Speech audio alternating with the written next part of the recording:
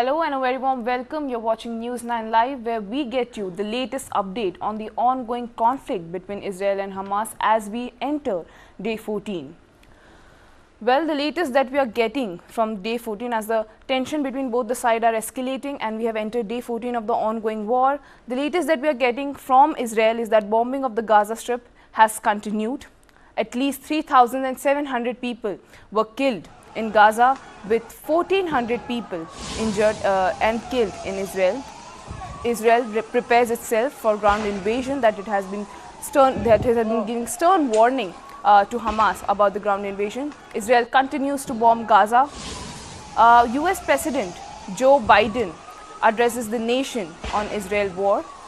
In his address, Biden has said that Israel should not be blinded by rage, just like US did when the 9/11 happened. A fight between Israel and Lebanon intensifies as clashes erupt. Reports of fresh clashes and violence have been reported in the Israel-Lebanon border. Rafah Crossing may open today for aid to Gaza people, and 9 Palestinians were killed by Israel in the West Bank.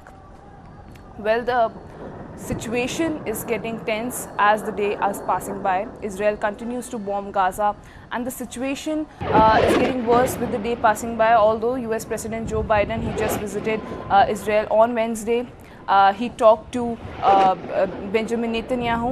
Rishi Sunak, UK President, Prime Minister, was also there. He also had a few words with Benjamin Netanyahu. There has been international aid for Israel, and US has urged Egypt to open the Rafah Crossing so that the Gaza people can get humanitarian aid so that they can survive.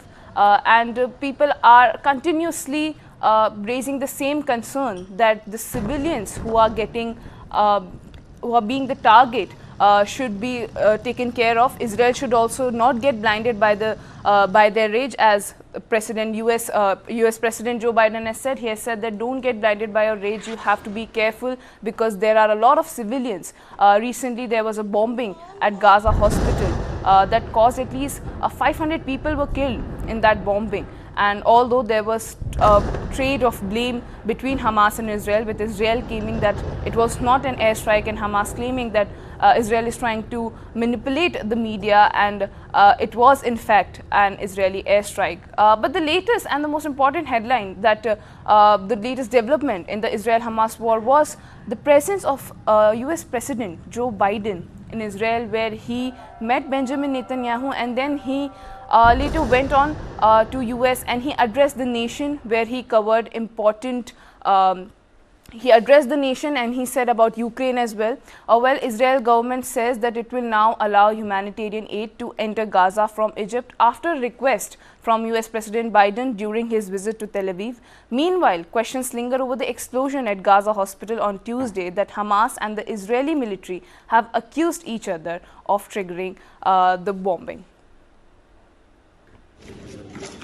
Israel says it's lifting part of its blockade of Gaza after a request by US President Joe Biden during his visit. Tel Aviv said on Wednesday it won't stop aid entering Gaza from Egypt, and the US says Egypt has agreed to reopen its border crossing to let some aid flow into the enclave. This was an airstrike near that border on Wednesday.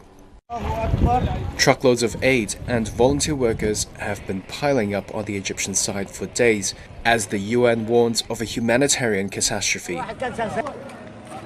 The fallout from a blast that hit a Gaza City hospital continues, drawing protests across the Arab world, some violent, and a debate over its cause.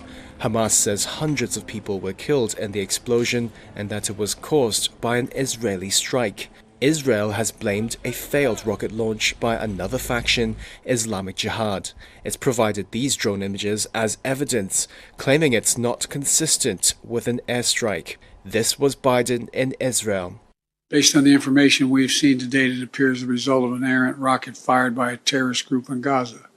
The United States unequivocally stands for the protection of civilian life during conflict, and I truly grieve for the families who were killed or wounded by this tragedy.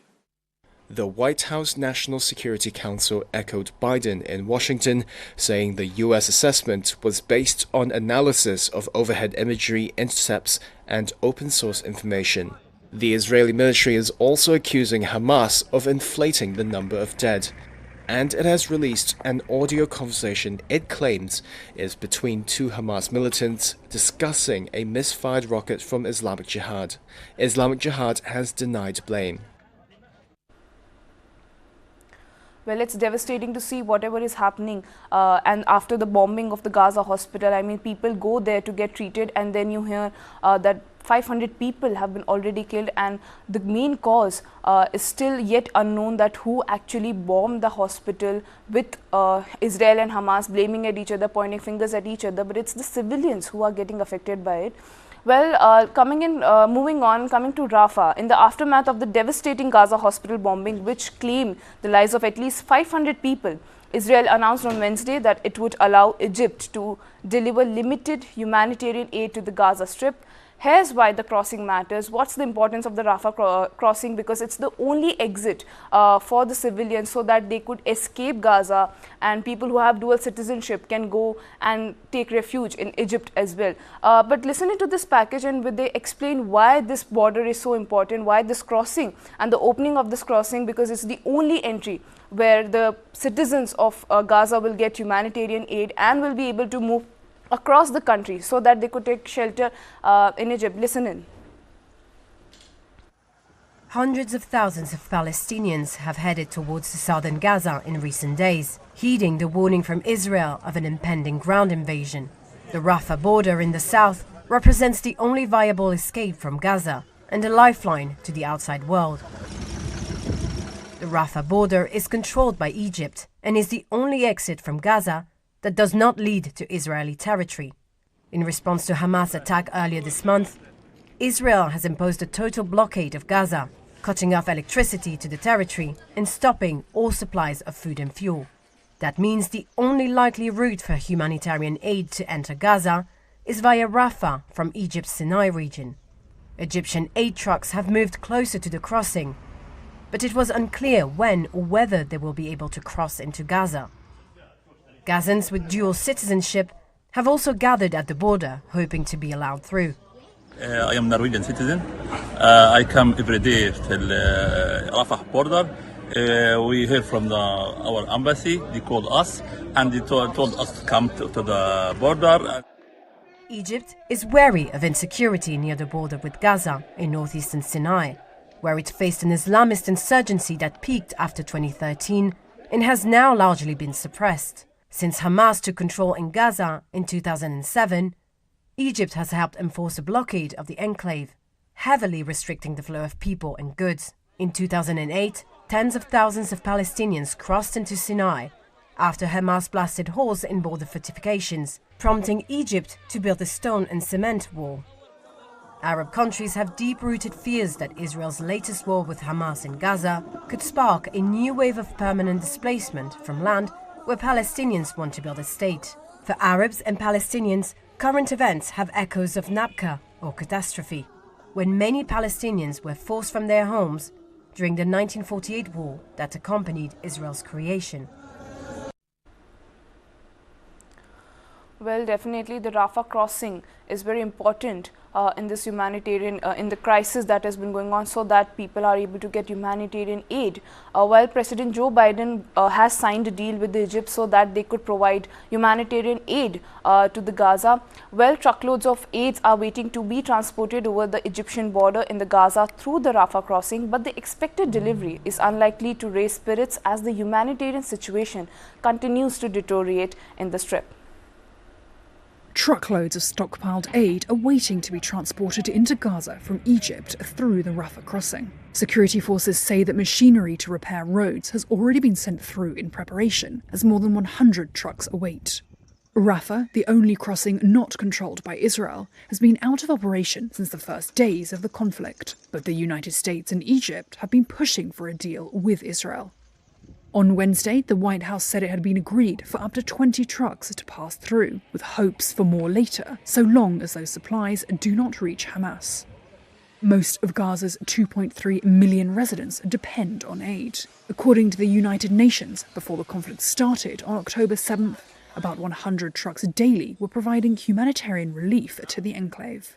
But the upcoming arrival of aid is unlikely to raise spirits. Airstrikes and acute shortages of food, medicine and water are worsening the humanitarian situation in the Strip. In the city of Khan Yunis, the wounded, which includes UN workers and children alike, are being brought into hospital. These people have been injured as a result of airstrikes hitting a house on Thursday morning. Also in the city, those displaced from their homes have sought refuge in a wedding hall. This lady is among them and says the hall should be used for celebration, not as a place to mourn. Israel has said it will continue a blockade of humanitarian aid from Israel into Gaza until hostages held by Hamas are returned. Israel's bombardment and siege of Gaza is in retaliation for a devastating Hamas incursion into Israel on October 7th, during which 1,400 people were killed and hostages taken. Israel and Egypt have upheld a blockade of Gaza since Hamas took control of the territory in 2007, tightly controlling the movement of goods and people. Well, US President Joe Biden visited Israel. He met with Benjamin Netanyahu and has requested and has signed a deal with Egypt so that they can provide some humanitarian aid to Gaza. Then he returned back home and he addressed his nation on the ongoing Israel-Hamas war. In his address to the nation on the Israel-Hamas war, United States President Joe Biden stated that the United States is doing everything possible to bring back the hostages. He emphasized the importance of ensuring the success of Ukraine and Israel in the conflict for America's national security. The US President also urged Americans to support funding for both Israel and Ukraine, appealing for tens of billions of dollars in funding. Throughout his address, Biden made frequent comparisons between Israel and Ukraine and between Hamas and Putin. But Biden stressed that Israel should not repeat the same mistakes that Americans made when they were blinded by rage during the 9/11. Biden said that as challenging as it may be, we cannot give up on peace and we cannot give up on two-state solution. The US remains committed to the Palestinians. This is what Biden said, and said that right to dignity and self-determination and the actions of Hamas do not take that away. Biden also added that Hamas and Putin represent different threats, but they share one common goal, the complete annihilation of neighboring democracy. Before we move on, let's listen in to what Biden said in his address to the United States of America. We can't ignore the humanity of innocent Palestinians who only want to live in peace and have an opportunity. You know, the assault on Israel echoes nearly 20 months of war, tragedy, and brutality inflicted on the people of Ukraine, people that were very badly hurt since Putin launched his all-out invasion. We've not forgotten the mass graves, the bodies found bearing signs of torture, rape used as a weapon by the Russians, and thousands of Ukrainian children forcibly taken into Russia, stolen from their parents. It's sick. Hamas and Putin represent different threats, but they share this in common. They both want to completely annihilate a neighboring democracy, completely annihilate it. Meanwhile, Putin denies Ukraine has or ever had real statehood. He claims the Soviet Union created Ukraine.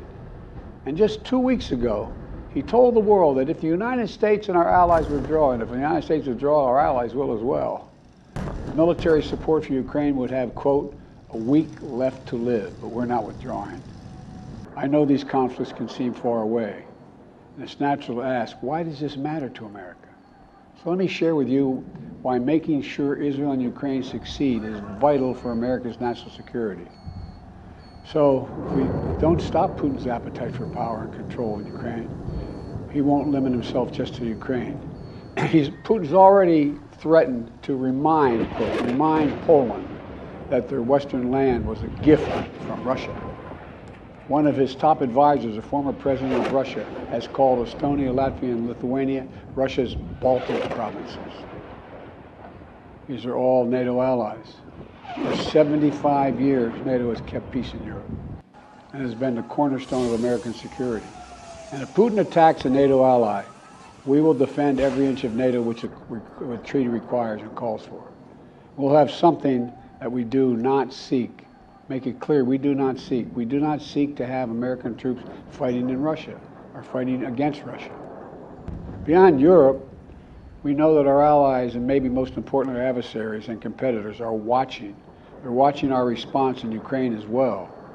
And if we walk away and let Putin erase Ukraine's independence, would-be aggressors around the world would be emboldened to try the same.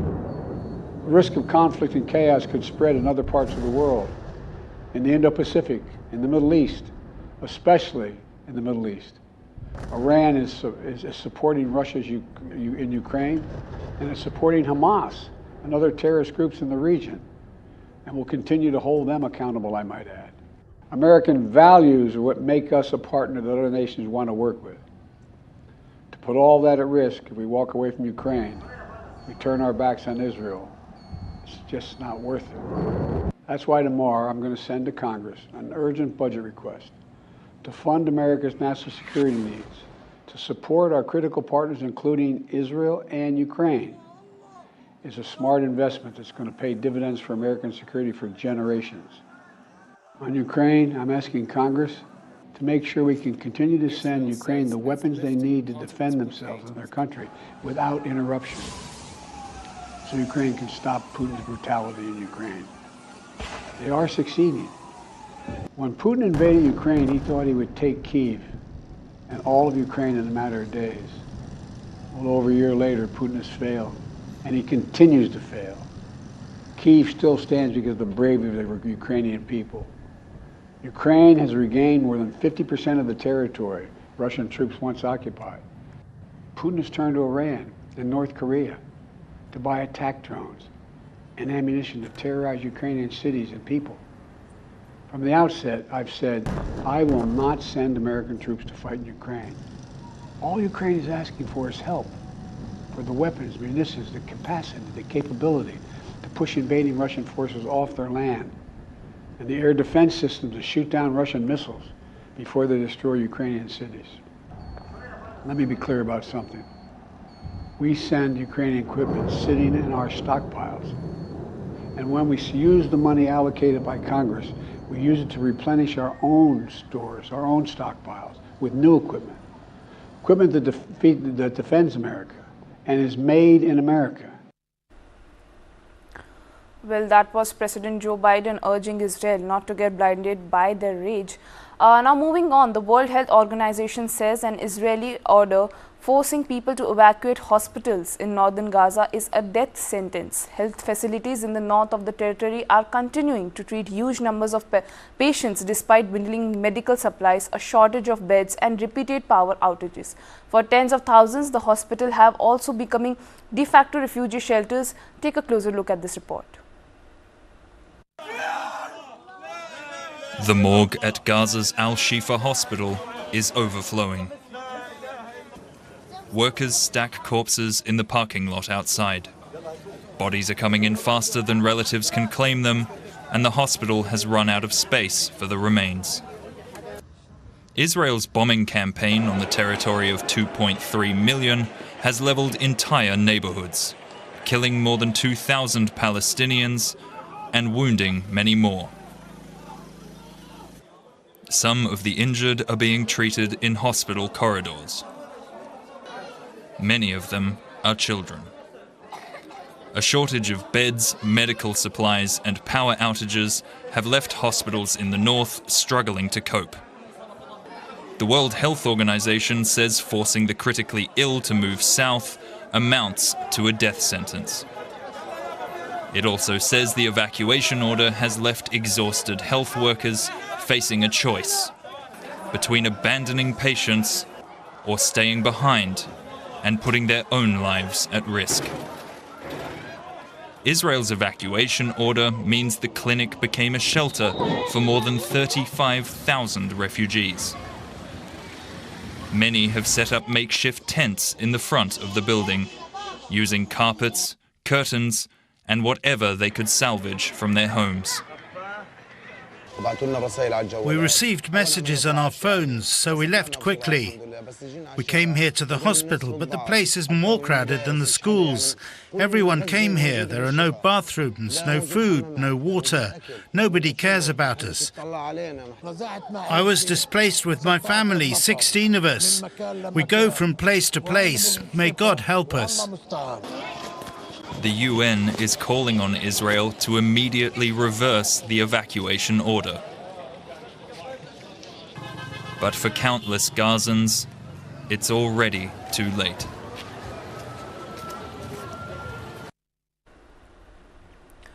Well, Israel has vowed to wipe out Hamas in a relentless onslaught on the Gaza Strip, but has no obvious endgame in sight, with no clear plan for how to govern the ravaged Palestinian enclave, even if it triumphs on the battlefield. Former Jerusalem Bureau Chief Stephen Farrell explains. Take a look at this report.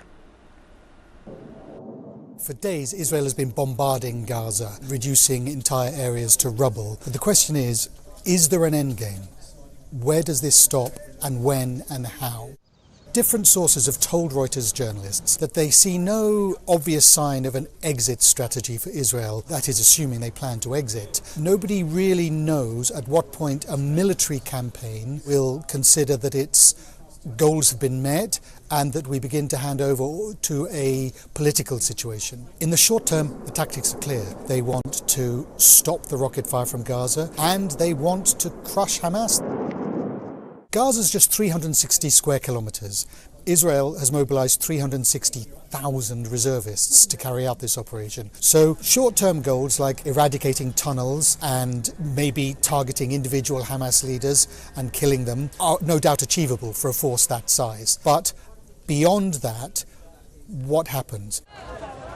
Hamas is not just a presence in Gaza. It has a presence across the occupied Palestinian territories. It has supporters across the Middle East and all around the world. So crushing Hamas is going to be very, very difficult for Israel, both militarily and politically. Other players in the region could also escalate matters. Iran, Hezbollah in Lebanon. If they get involved, Israel will have to fight on different fronts. The last comparable ground attack that Israeli forces took part in was in 2006 in Lebanon, when they crossed the border and went into South Lebanon to try and catch Hezbollah forces who had captured Israeli soldiers. Now, I was there, I saw that battle. Israel had not come up against fighters like Hezbollah's in the West Bank in previous decades. The question is, how ready is Hamas for them with its tunnels, with its booby traps, with its trained fighters? How ready are they? How many casualties would they inflict on Israel? How many casualties would Israel inflict on Palestinians? And what is the tolerance on both sides for this? All of this is unknown. Well, News9 brings you the real pictures from the last post of Rafah border crossing. If the border opens up, aid will go to Gaza from this area. Take a look at this, take a closer look from the ground zero of the Rafah border crossing.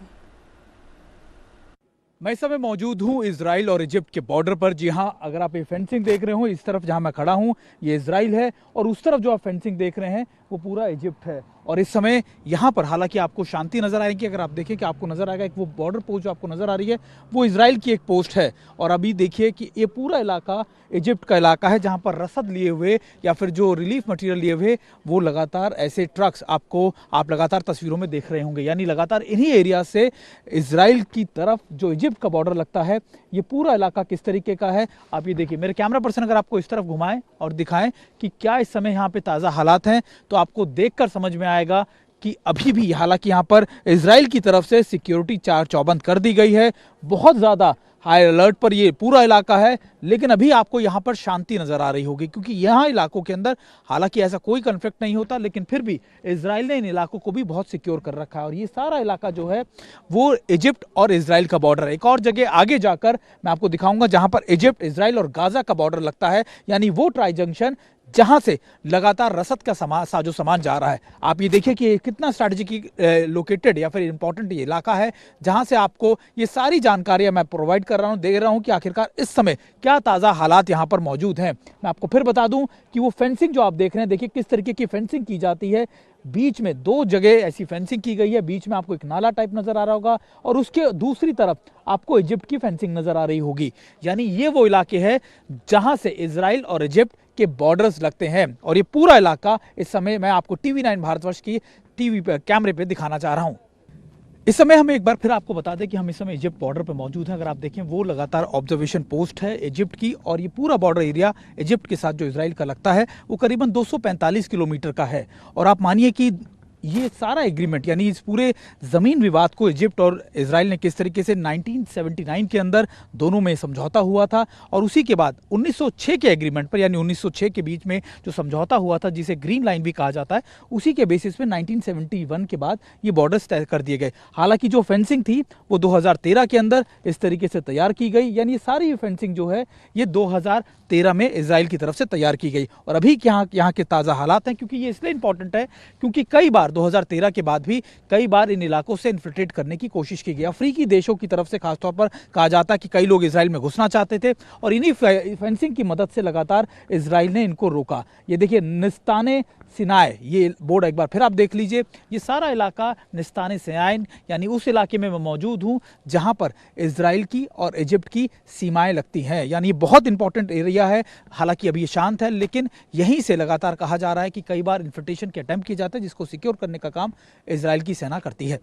लगातार Egypt एक ऐसा देश है जो Gaza पट्टी में रसद सामग्री पहुंचा सकता है, क्योंकि इजराइल ने इसको लेकर साफ तौर पर आधिकारिक रूप से मना कर दिया, लेकिन इजिप्ट ही एक ऐसा बॉर्डर लगता है जो दोनों जगहों से यानी इजराइल और गाजा से लगता हुआ है, और इजिप्ट ही एकमात्र ऐसा रास्ता है जहां से रसद सामग्री दुनिया भर से गाजा में पहुंचाई जा सकती है। लेकिन हालांकि इस एरिया में किस तरीके से शांति है, क्योंकि इजराइल ने इसको लेकर भी साफ वार्निंग दे दी थी कि अगर इजिप्ट से गया हुआ कोई भी सामान, कोई भी राहत सामग्री हमास के पास पहुंची तो फिर हम उसे भी टारगेट करेंगे। लेकिन अगर आप इन एरियाज में देख रहे हो, मैं आपको दिखा रहा हूं कि आपको मेरे कैमरा पर्सन दिखा रहे हो, वहां पे साफ तौर पर लिख दिया गया है कि सिर्फ आधिकारिक व्हीकल्स ही यहां से गुजर सकते हैं, यानी वो इजरायली अधिकारी व्हीकल्स जो इन इलाकों में मौजूद हैं। और मैं आपको ये दिखाने की कोशिश कर रहा हूं कि आखिरकार इस समय के ताज़ा हालात इजिप्ट और इजराइल बॉर्डर पर कैसे हैं। हालांकि दोनों देशों के बीच में कई चीज़ों को लेकर सहमति है, कभी भी यहाँ पर हालांकि लंबे समय से कोई ऐसी चीज़ें नहीं हो, लेकिन अभी किस तरीके के ताज़ा हालात हैं ये भी हम आपको दिखाने की कोशिश कर रहे हैं। और मैं आपको ये भी बता रहा हूँ कि ये एकमात्र ऐसा रास्ता है जो गाजा पट्टी तक राहत सामग्री पहुँचा सकता है। 245 किलोमीटर का ये पूरा एरिया TV9 भारतवर्ष आपको सबसे पहले दिखा रहा है। मैं इस समय एक बार फिर से उस जगह पर मौजूद हूँ जिसका स्ट्रेटेजिक लोकेशन बहुत महत्वपूर्ण है, और यही वो इलाका है जहाँ से सारी राहत सामग्री गाजा पट्टी जाएगी अगर इजराइल उसमें अवरोधक नहीं बनता। और इजराइल ये भी कह चुका कि अगर वो हमास के पास पहुंची तो फिर हम कार्रवाई करेंगे। इस समय मौजूद हूँ इजराइल और इजिप्ट के बॉर्डर पर। अगर आप देखें ये बॉर्डर के पास के वो इलाके हैं जो पूरी तरीके से खाली करा दिए गए हैं। हालांकि मैं आपको बताऊं कि इजिप्ट और इजराइल के बॉर्डर पर ऐसा कुछ भी नहीं है, लेकिन फिर भी एहतियात के तौर पर इजराइल ने सारे बॉर्डर्स एरिया खाली करा दिए गए हैं। और अगर आप देखें तो आपको यहाँ पर सिर्फ और सिर्फ कुछ चीज़ें नज़र आ जाएंगी, यानी जो मूलभूत चीज़ें हैं उनको यहाँ पर रखा गया है, बाकी सारे इलाके इस समय खाली करा दिए गए हैं। और मेरे कैमरा पर्सन निशांत आपको ये दिखाने की कोशिश कर रहे हैं कि आखिरकार इस समय के यहाँ ताज़ा हालात कैसे हैं। देखिए इजराइल और गाजा पट्टी पर ही जंग नहीं हो रही, लगातार जिस तरीके से माहौल बदल रहा है इसको लेकर इजराइल बहुत ज़्यादा सतर्क है, ना सिर्फ लेबनान बॉर्डर पर सीरिया के साथ बल्कि इजिप्ट के बॉर्डर के आसपास भी यहाँ शांति है। लेकिन कहा जा रहा है कि इस जगह कभी भी हालात बदल सकते हैं, और TV9 भारतवर्ष आपको इन इलाकों में लेकर आया है ये दिखाने के लिए कि अभी इस समय के ताज़ा हालात किस तरीके के हैं। और देखिए ये जो इलाका है ये राफा, यानी आप कह सकते हैं कि इसको पूरा इलाका देखिए, अगर आपको आखिरी झंडा आपको नज़र आ रहा हो, इसके अलावा सारा जो है इजिप्ट का एरिया है, और यहीं से लगातार जो सामान है जिसकी बात इजराइल का इजिप्ट कर रहा है वो जा रही है। और अगर आप दूसरी तरफ देख रहे हो ये आखिरी चेक पोस्ट है जो मेरे कैमरा पर्सन आपको दिखाएंगे, वो इजराइल की चेक पोस्ट है, आखिरी चेक पोस्ट, और उसके इलाके सारा इलाका जो है फिर आपको सिर्फ इजिप्ट का इलाका नज़र आ जाएगा। TV9 भारतवर्ष आपको ये सारे इलाके इसलिए दिखा रहा है ताकि आप ये समझ सके कि अभी यहाँ के ताज़ा हालात क्या हैं। देखिए मेरे कैमरा पर्सन आपको निशान दूसरी तरफ दिखाइए, और ये देखिए ये इजिप्ट का इलाका है, और इस तरफ जहां ये आखिरी पोस्ट है ये सिर्फ और सिर्फ इजराइल की पोस्ट है। और ये इलाके इसलिए इंपॉर्टेंट है क्योंकि आप समझ सकें ताकि इस समय की जियो लोकेशन कैसी है, कौन कौन से इलाके हैं। और TV9 भारतवर्ष आपको ये सारे इलाके इसी तरीके से दिखाने की कोशिश कर रहा है। More than 1,000 people gathered in a gymnasium in Plainfield, Illinois on October 17 night to honor the life of a 6-year-old Wadia Al-Fayouma, who police say was killed for being Palestinian American. Listen into this report. The community in Plainfield, Illinois came together on Tuesday for a vigil for 6-year-old Wadia Al-Fayoumi, who police say was killed for being Palestinian American. Investigators believe the boy and his mother were stabbed on Saturday by their landlord, Joseph Zuba, because of their Muslim faith, a week after the Gaza conflict flared and put Jewish and Palestinian Muslim communities in the United States on edge. Wadia was stabbed 26 times while his mother suffered multiple wounds. She remains in hospital but is expected to survive. Mahmoud Yosef, Wadia's great-uncle, said he was overwhelmed by the whole community response. I'm overwhelmed because we thought we were going to come here to see a Muslim-friendly community. But what I saw here is surprising me, and thank you. Several vigil attendees carried candles. Others carried signs in honor of Wadia. This little boy, who appeared to be around the same age, held a large sign that read, "I am not a threat." In court on Monday, prosecutors alleged that Zuba had listened to conservative talk radio about the deadly conflict between Israel and Gaza prior to the attack. Civil rights group NAACP member Michael Childress is among those who attended the vigil. I don't understand the hatred that we have inside of us, and I just needed to come out and express the fact that we stand with all our Muslim brothers, we stand with our Jewish brothers, you know, we stand with everybody. Biden's administration sent a representative to attend the vigil. Muslim supporting a Zionist! That's who we are! But when Delawar Saeed, the highest-ranking Muslim in the administration, began to speak, he was met with several hecklers. We are here for Wadia, okay? Be respectful! Cindy Glass also attended the vigil. Her young son Dexter was close friends with Wadia in school. I'm proud of our community.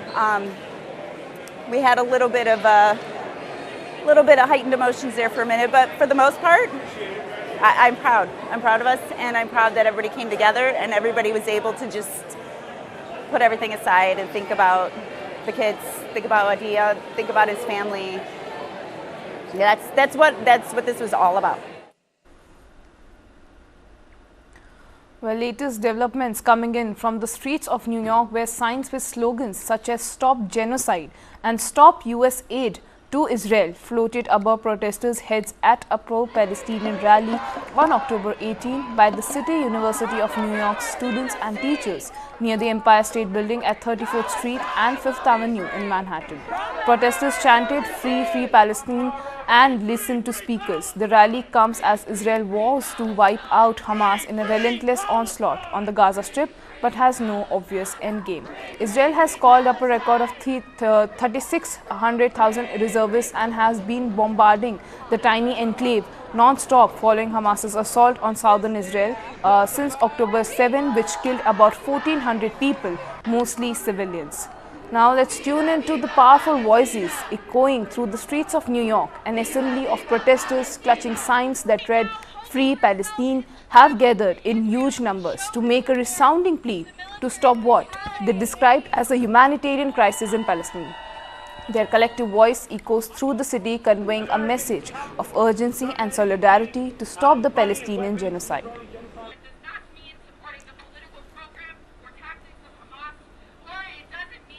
I believe in the liberation of oppressed people all across the world. I believe in the freedom of all colonized people. I believe that Palestinians have been subject to 75 years of a brutal open-air prison system of apartheid. And I oppose injustice anywhere, especially as a black man in America. I understand how the black struggle is connected to the freedom of Palestinian people. So I'm all in favor of the liberation of Palestine. Genocide. It's a genocide. They're just blowing up civilians. Well, me as a black American, I experience violence and oppression from a police force that's trained by the Israeli army that's killing Palestinian children, dropping bombs on Palestinian hospitals as they suffer with terrible injuries from white phosphorus without any anesthetics or pain medication.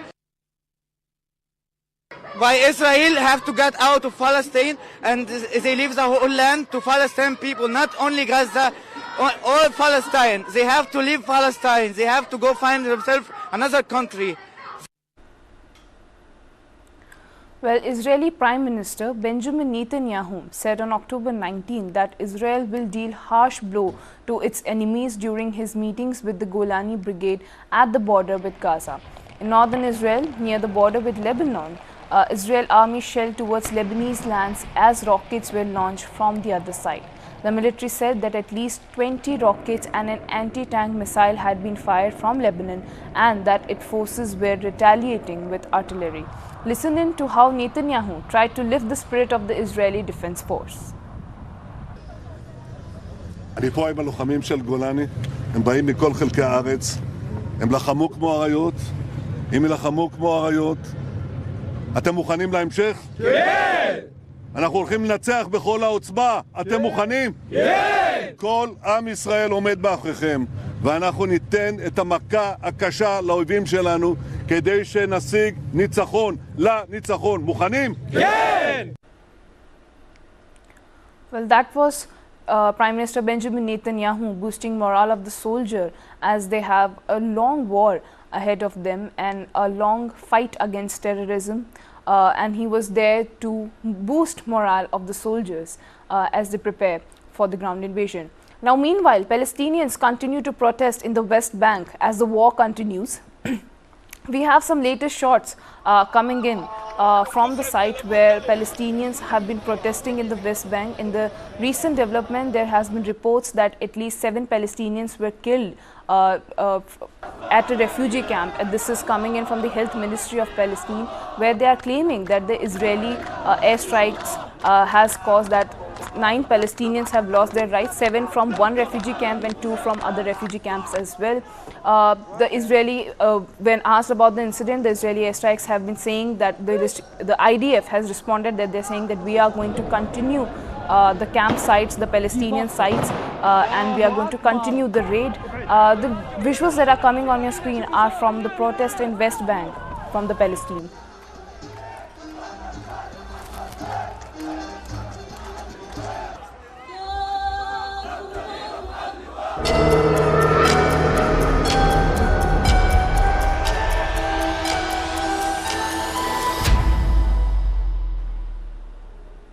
Well, that was the latest that we had on Israel-Hamas war, but there are other global headlines that needs the attention of the viewers. Coming in story is of Taiwanese chip maker TSMC, who posted a 24.9% fall in the third quarter net profit on Thursday as global economy woes hit demand for chips used in applications from cars to cell phones and servers, and coming off a high base last year. Profits have tumbled by almost a quarter at chip giant TSMC, but that was actually less bad than analysts feared, sending shares in the firm higher in Thursday trade. The world's biggest maker of chips for other companies saw a downturn as demand for smartphones and other gadgets declined from last year's high levels. Now the Taiwan-based firm must also navigate the US crackdown on chip supplies to China.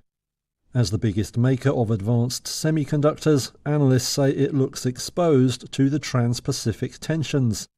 TSMC is pressing ahead with expansion plans, however, including a $40 billion factory in the US state of Arizona. Last month, Taiwan President Tsai Ing-wen hosted State Governor Katie Hobbs in Taipei. Arizona could not be more proud to be the site of TSMC's US-based fabrication operations. Hobbs said TSMC was also in talks over advanced chip packaging in the state, though that wasn't confirmed by the company. Asia's most valuable listed firm is a major supplier to Apple and other big names like Nvidia. In the third quarter, it saw net profit come in at around $6.5 billion, down just under 25% on a year ago. Revenue dropped almost 15%, in line with the company's own forecasts. Well, moving on Wednesday, the US significantly reduced sanctions on Venezuela's oil industry due to a deal made between the government and opposition parties regarding the 2024 elections. Take a look at this report. The Biden administration on Wednesday eased tough sanctions on Venezuela's oil sector. The move comes after a deal reached between the Venezuelan government to begin lifting bans that kept opposition party candidates from running in elections next year. Wednesday marks the most extensive rollback of Trump-era restrictions on Venezuela, which were imposed after President Nicolas Maduro's 2018 re-election, which the U.S. and other Western governments rejected as a sham. As part of the rollback, the U.S. Treasury Department authorized Venezuela, an OPEC member, to produce and export oil to its chosen markets for the next 6 months without limitation. The U.S. has been seeking ways to boost global flows of oil to alleviate high prices caused by sanctions on Russia and OPEC Plus decisions to reduce output. The sanctions relief comes a day after Maduro's government and the opposition on Tuesday reached an agreement for an internationally monitored vote to be held in the second half of next year. Venezuela ruling party official Jorge Rodriguez, who led the government's negotiating team at talks with the opposition, said that the sanctions relief affected all oil activities and that, quote, the possibility of any person or company coming to Venezuela to invest is totally open. U.S. Secretary of State Antony Blinken welcomed Maduro's concessions, but said Washington has given him until the end of November to begin lifting bans on opposition presidential candidates and to start releasing political prisoners and, quote, wrongfully detained Americans. A senior State Department official who spoke to Reuters on condition of anonymity threatened reversal of the sanction relief unless Maduro acts accordingly.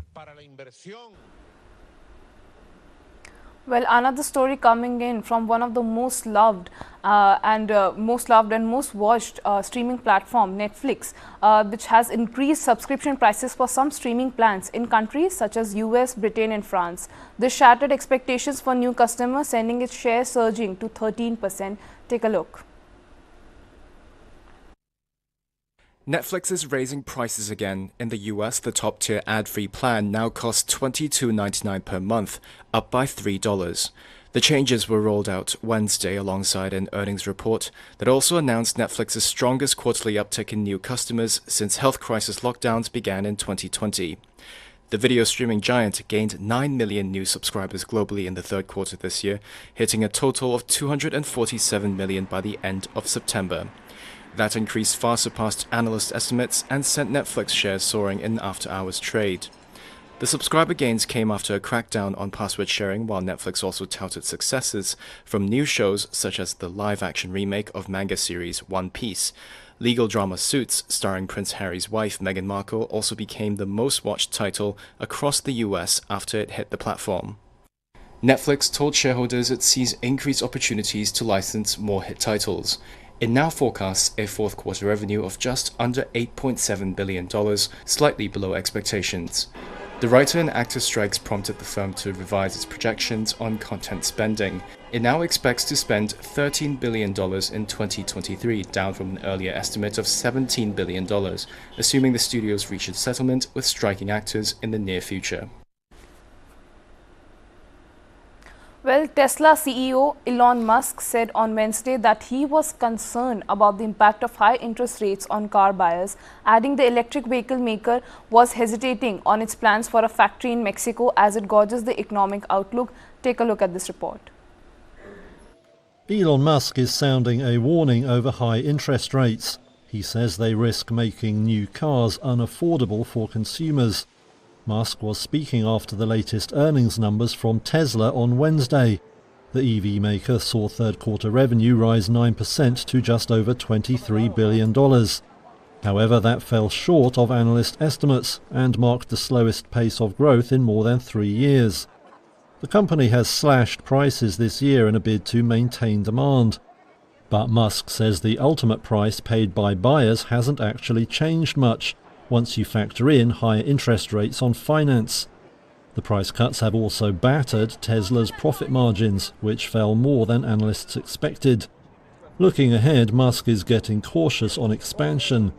He had planned a new factory in Mexico, but now says he's not sure about going full tilt on that move. Tesla's long-delayed Cybertruck also remains a problem. Musk said there would be enormous challenges in reaching profitable volume production for the radically styled pickup. Tesla shares sank over 4% in after-hours trade following the results and Musk's wary outlook. The stock has more than doubled this year as investors bet the firm can ride out any recession better than rivals. But it's still some 40% off the peak seen in late 2021. Well, that's all the time we had on the show today, but don't go anywhere as we bring you the latest updates on the ongoing Israel-Hamas war as they enter the day 14 and all latest updates on all the top trending stories of the day.